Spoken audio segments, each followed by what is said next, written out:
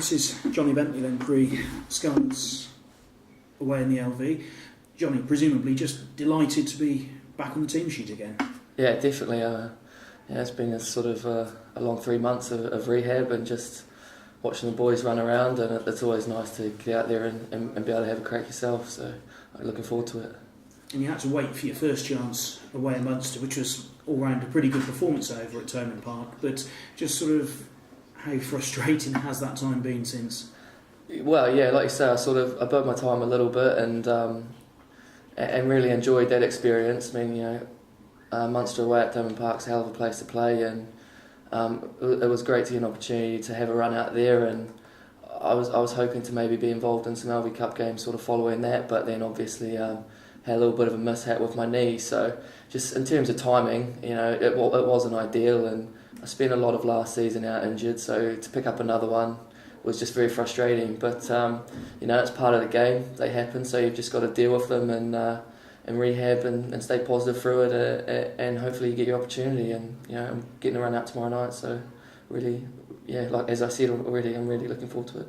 And the knee's 100% now again, is it? 110 hopefully. I've worked pretty hard on it, so yeah, it's sturdy and as good as it's ever been. What do you do in terms of watching the team patterns and things like that, as well as while you're doing your rehab work, but just to stay, I suppose, tactically aware of how the team want you to play?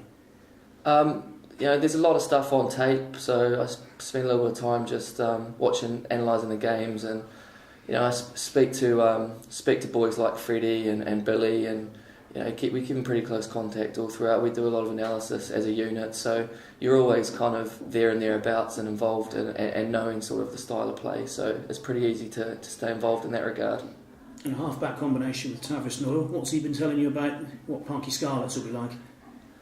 Obviously it's Tav's old stomping ground, so he knows a little bit about it, but I mean, we haven't really talked too much about it, but from what I can gather, it's quite a nice track. I'm not sure the weather forecast is the best, but Tav's another guy who's just keen to get out there and play a bit of rugby as well. So, we've played together a little bit and trained together a bit. So we've worked up a bit of a combination. So it'd be nice to go out there and have a run with him.